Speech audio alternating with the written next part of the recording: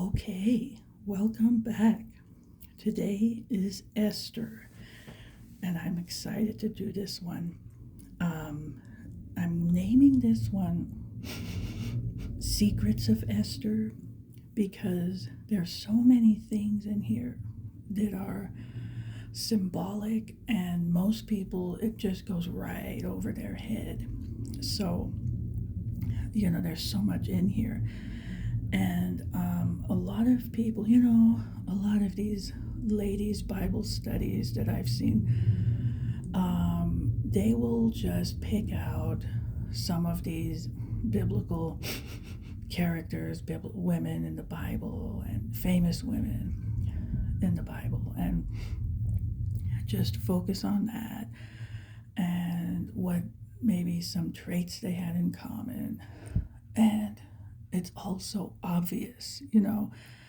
And one of the things that they'll do is, let's say with Esther, is they'll focus on that whole thing about how well, a wife needs to submit to her husband, and all that stuff, and that's it. Like that's all they'll get out of it, or hardly anything more than that. And I mean, yeah, that's in the Bible, but people do take that to the wrong extreme. They really do. And, you know, there are two sides to that. I mean, there are instructions for the husband to the wife, and nobody can fulfill either one of these perfectly. So we're all humans. But that side of it is never focused on, that the husband needs to love the wife like Christ loved the church. It's a two-way responsibility here. They never focus on that. And that's the whole thing that makes it a model. Marriage is a model of Christ and the church. Well, how is that? Guess what? Jesus died on the cross first. Then the bride submitted to him, okay? Because of his sacrificial love. That's how that works. And marriage is, in the same way, a reflection of that. So he makes the first move, not her. And he's the man. It makes sense, right? He would make the first move and she would respond. He shows his sacrificial love for her, and she responds. What else can you do but love him in return? I mean, if you're a normal, so okay, that would be it. So that's the picture there. That's the model. It's not just this one-way street of, and they do this, just kind of browbeat the women down. And of course, that's wrong. So I just want to say that. In fact, there's a place in the Old Testament where I just ran into this the other day, and it was a screamer. I'm going to harp on it when I get there. There's a place in there, it's with Abraham and Sarah. There's a spot where they both differ on what should be done. And God comes in and tells Abraham to submit to his wife and do what she says.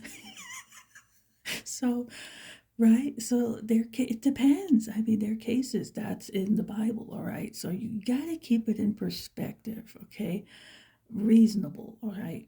Now, we'll get to that when we get there. It's just, I thought that was funny. I should throw that in. But the point is, if you're a Christian couple, I mean, other situations are complicated if one is Christian and one isn't, but let's say they're both Christians. Jesus needs to be the center and on the pedestal, and then everything else will orbit around that and flow smoothly. Okay, it's not going to be like one is a tyrant and one is a slave or any of that, okay? So just keep all that in mind, because they use this in the wrong way, this book of Esther. But there's a lot more going on. And the part about that does come up where, there's an issue of submission. When you read the context, it's perfectly sensible. I mean, you'll see as we go on.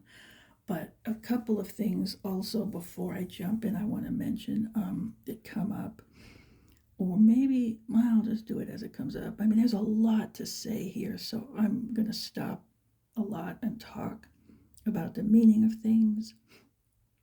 And so it's going to be probably 3 videos or so, 4 videos of about 20 minutes. And see, we're already at 5 now. I haven't even moved it over to the page, okay? So, and by the way, there are different aspects in here, okay? We have the first set of symbolism, and I'll show you that as we go along. It's just going to have to keep you in suspense a little. And the next set is a whole different issue, and there are parts of that that are hilarious. It is just so funny the way these things work out. So, anyway, and I'll, of course, as always, let you know what's going on when and so on. So, okay.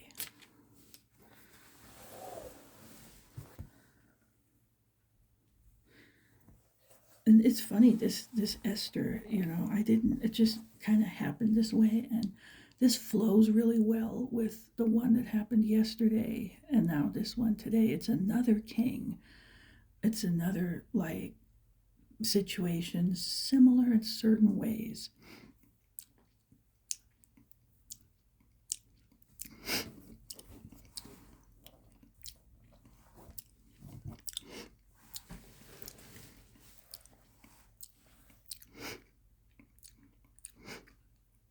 Okay, now, so Esther chapter 1. All right, now, it came to pass in the days of Ahasuerus. Yeah, or wait, Ahasuerus. Ahasuerus. This was the Ahasuerus who reigned over 127 provinces from India to Ethiopia. And by the way, it also included other sections like the Medes and the Persians. So, from what I read here, this was a vast kingdom, okay? And like back then, these really were empires. It stretched out over so much of the Middle East and down into these sections here, Africa, India. So he had charge over a large plot of land, okay? This was no little king. I mean, he had the whole area back over there. So that's one thing. And another thing is, when I was back in the prophets, this name came up along with, I think it was Ahasuerus and Darius, but I know this name came up, and I'm pretty sure this was the same guy because it was a king. And he was mentioned back there too in the prophets, and the time setting for this is around that time. It says it in here later that like this was part of the dispersion of the Jews that were like living there. So I guess it was after the exile, or during the Medes, and so it was that time setting, and it'll come up. But also, I guess that's why they put it after Nehemiah, because it historically was at that after that time. So, okay, to Ethiopia. In those days, when King Ahasuerus sat on the throne of his kingdom, which was in Shushan, the citadel, so this was the headquarters, that in the 3rd year of his reign, he made a feast for all his officials and servants, the powers of Persia and Media. So we got all of the area, what would be Iran, Media, just large areas in that part of the world, large lands. Okay, so he made a feast for all his officials and servants, pretty much from his whole territory, okay? The nobles and the princes of the provinces being before him, when he showed the riches of his glorious kingdom and the splendor of his excellent majesty for many days, 180 days in all. Okay, so half a year this was going on. So, he had the means, okay? All right.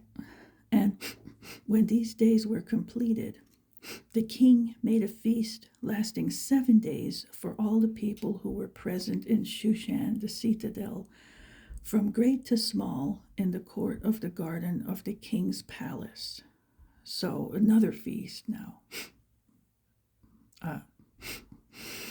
There were white and blue linen curtains fastened with cords of fine linen, and purple on silver rods, and marble pillars. And the couches were of gold and silver, on a mosaic pavement of alabaster, turquoise, and white and black marble. And they served drinks in golden vessels, each vessel being different from the other.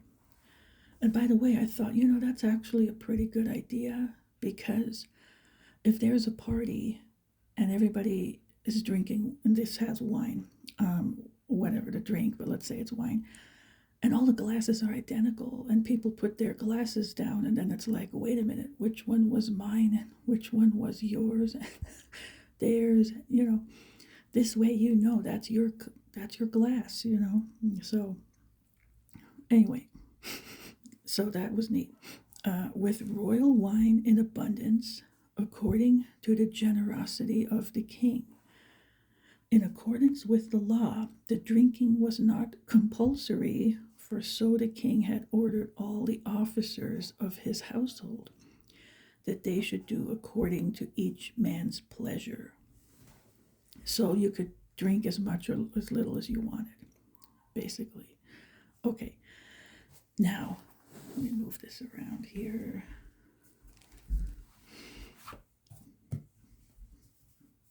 Okay.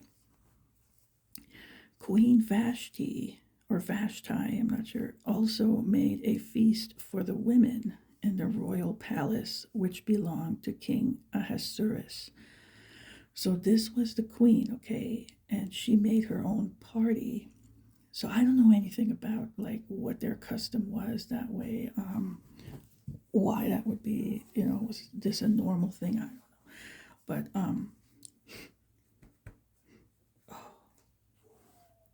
all right. I keep feeling like I have to sneeze or something. All right. Okay. So now, on the 7th day, when the heart of the king was merry with wine, he commanded, and here we get a list of tongue twisters, so here we go. Mehuman, Biztha, Harbona, Bigtha, Abagtha, Zethar, and Carcass, 7 eunuchs who served in the presence of King Ahasuerus.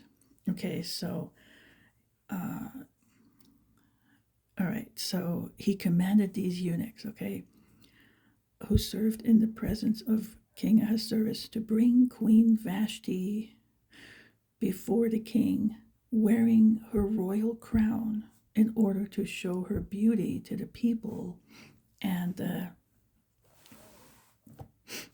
officials, for she was beautiful to behold. But Queen Vashti refused to come at the king's command brought by his eunuchs. Therefore the king was furious, and his anger burned within him. Okay, so before I go on, I just want to explain this part. Like, he had all these people, government officials from his whole land were at this party, okay? And he was the king. He was in charge of all of them, right? And he calls basically his wife, the queen, to come Probably wouldn't take very long, I don't know, but just to come, and show her off, like show off her beauty and just say, hey, this is my wife. Look at this beautiful woman I have, this Queen Vashti. And he wanted to display her splendor, I mean, I'm sure, put her in a lovely royal gown and a royal crown on her head and stroll her in and show her off. I mean, I I don't see what the problem would be. I mean, I'd be like, okay, give me 5 minutes to slip in and on in the gown and to put the crown on. I'll be right over. I mean, see, I mean, there's things in here that are funny, but so it's no problem, right? Anyway, but I mean, that was the request. That's all it was. It wasn't like he wanted her to polish his shoes in front of everybody or something. I mean, it was just a normal thing that a couple would do, right? And here he's the king. That's the queen. He wants to show her off. This is for her glory, I mean, you'd think she'd be happy with this. Like, he's not ignoring me. He wants to show me off. He wants me to be displayed as part of all of, him, part of, the whole relationship. But, he's showing off the splendor of his kingdom. Well, why ignore the queen, right? I mean, it all makes sense. What would be wrong with it? It's a normal request, okay? So, anyway, and this is where she refuses and she rebels and she doesn't submit, all that. And that's why he has a problem, because if you think about it, she does this and it's like in front of everyone. It's in front of the whole kingdom. All the government officials, like all these people are there. And he probably announced it and then she doesn't come, right? So it's like it's an affront to him and any kind of respect, and it's like a slap in the face to him. Like, that's how it would look to everyone, I mean, sure, that isn't good. I mean, so anyway, that's the background here, So then the king said to the wise men who understood the times, for this was the king's manner toward all who knew law and justice, those closest to him being, and here, oh wait, this is another list. Oh, okay, Karshina, Shethar, Admatha, Tarshish, Meres, Marcina, and Memucan, the 7 princes of Persia and Media, who had access to the king's presence and who ranked highest in the kingdom. So, in front of all these people, it really is disrespectful. It's like, kind of belittling or whatever. So, okay, now,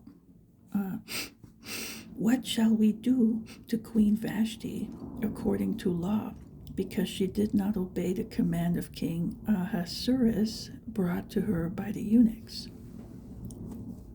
And Memucan answered before the king and the princes, Queen Vashti has not only wronged the king, but also all the princes and all the people who are in all the provinces of King Ahasuerus.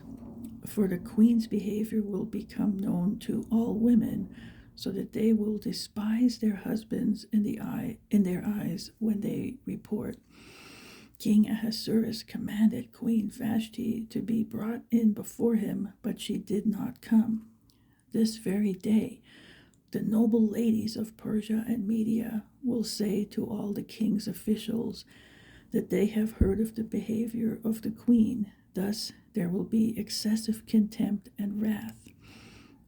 If it pleases the king, let a royal decree go out from him, and let it be recorded in the laws of the Persians and the Medes, so that it will not be altered, that Vashti shall come no more before King Ahasuerus, and let the king give her royal position to another who is better than she.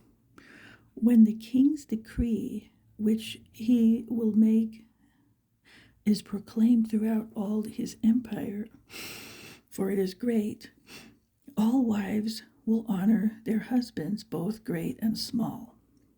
Okay, so let me stop and talk about that. Now, here again, they might have been flying off the handle just a little bit. I mean, I don't think everyone, they would have heard of this, sure, but I don't think everybody would have reacted in this way. Like, it would have led a big rebellion of all the women, you know, but they were worried, you know. So anyway, and we don't want to read any more into this than what's here. Like, I would just say they wanted the normal thing. They didn't want terribly excessive submission. You know, everything was fine. They just wanted it to stay that way. You know, I don't know, but I mean, you can't read more into it than what's there. So I'm just going to leave it at normal and move on. Okay. So, and the reply pleased the king and the princes, and the king did according to the word of Memucan. Then he sent letters to all the king's provinces, to each province in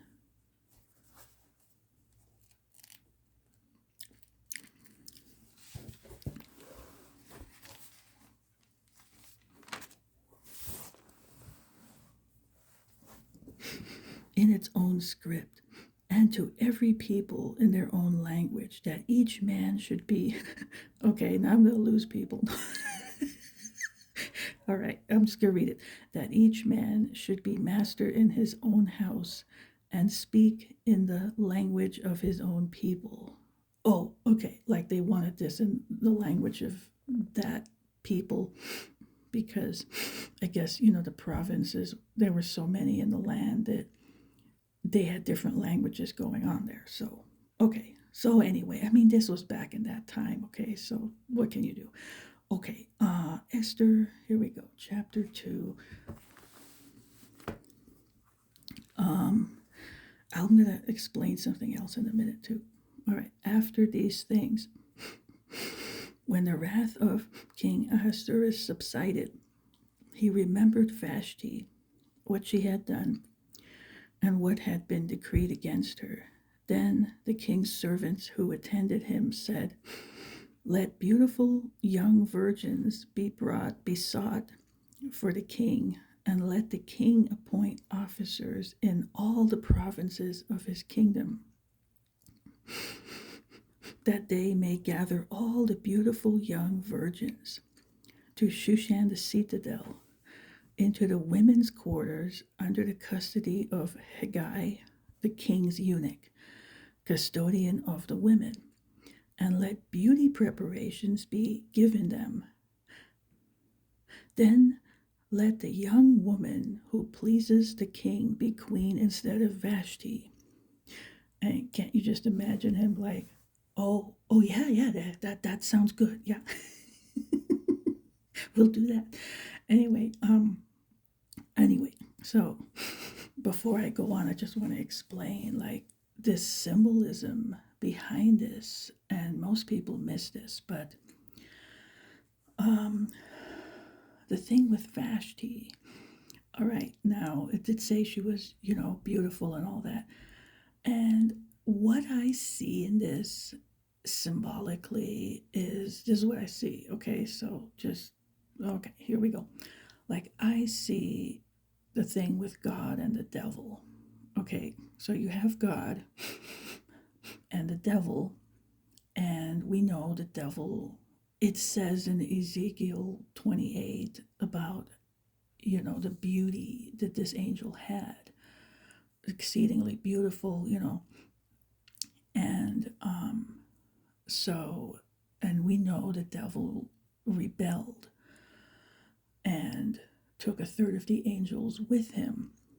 So, I mean, this could all be symbolic in that way, because she rebelled.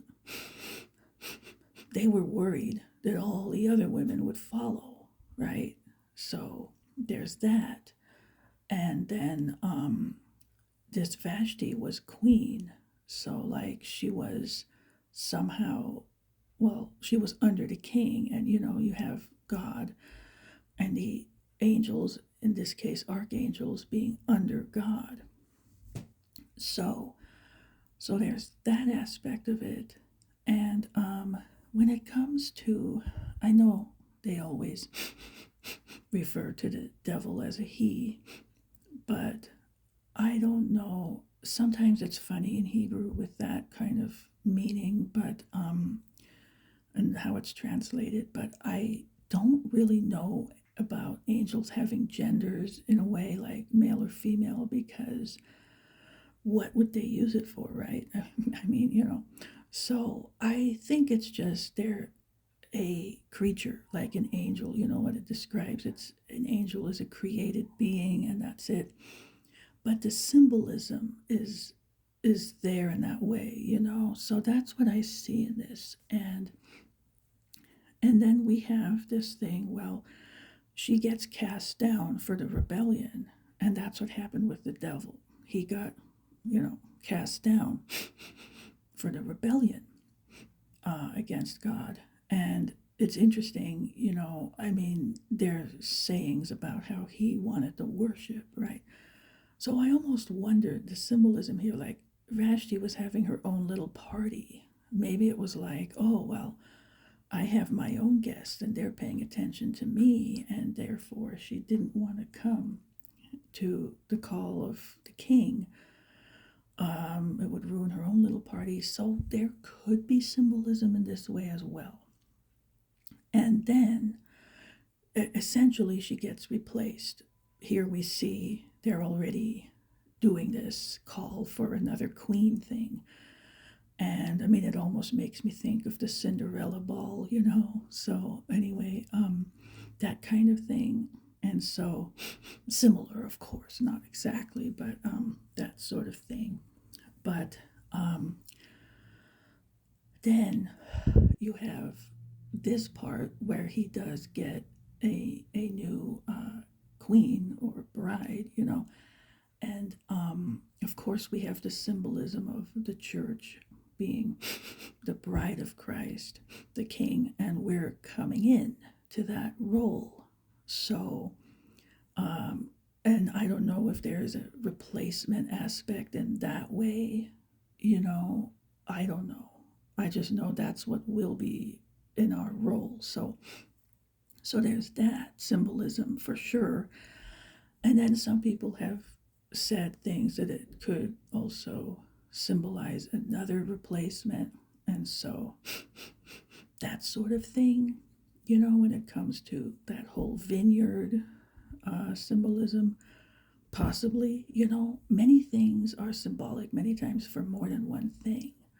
And there are other people sometimes that also symbolize many people the same character. You have that too. That actually happens in here. And I'll get to that. It's coming up. But anyway, this is all like in there in almost a mysterious way. So, anyway, laying that groundwork, there's more here that will come up. So, now, moving on. This thing pleased the king, and he did so. In Shushan, the citadel, there was a certain Jew whose name was Mordecai, the son of Jair, the son of Shimei, the son of Kish, a Benjamite.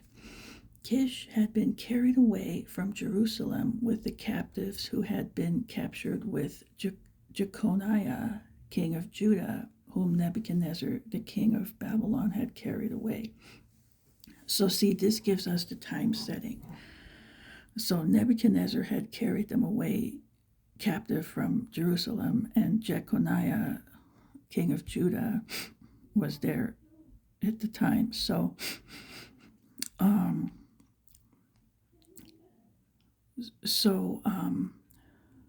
so that is the setting, and they were part of this diaspora. that came up. So here, um, so let me read this again. Mordecai, the son of Jair, the son of Shimei, the son of Kish, a Benjamite. Kish had been carried away from Jerusalem, so with the captives who had, from Nebuchadnezzar. So Kish was one of these that was taken at the time. Okay. Then Kish had Shimei. Shimei had Jair, and Jair had Mordecai. So we're already several generations down from there. And not everybody went back when they went back. They probably multiplied so much that there wouldn't have been room for everybody. So, anyway, but that's the setting time wise, okay? Now, and Mordecai had brought up Hadassah, that is Esther, his uncle's daughter, for she had neither mother nor father. So this was his cousin, okay? His uncle's daughter, so that's his cousin. But he was obviously older than her, and she was an orphan, so he took her and raised her as his own daughter. Okay, I'll get back to these names. The young woman was lovely and beautiful. When her father and mother died, Mordecai took her as his own daughter. Okay, so he was a good man, and he took her as his daughter. So now, and she was beautiful and lovely and, all this. Now, the names I want to get into. Hadassah was her Jewish name, and that was her given name. And it means myrtle tree. And I looked this up, and it turns out that myrtle trees were symbolic for blessings and peace and good things like that. And then he gave her the name Esther for the purpose of hiding her identity, her Jewish identity, and I'll get to that. So she takes on I would say a Gentile name. I mean, I'm not sure if it was a Persian name or what, but it was from that land. And the purpose was to hide her Jewish identity. And you'll see why in a little bit. But so obviously they must have all looked very similar. That wouldn't have been possible, right? So it's just a matter of language. And now Esther, the name Esther means star. And we can kind of see that in the language. But anyway, it means star. And that's interesting too, because she turns into a rising star. But then star is another term that's symbolic for the devil. If you go to Revelation, it's in there. So you see kind of this whole thing again that I was talking about. But anyway, there are places where the church is referred to as shining stars as well. Anyway, so that's her name, her given name, to kind of give her a Gentile name to hide her identity. Okay, now what I'm going to do is this is all 33. I'm going to stop this and start the new video. So I'll be right back.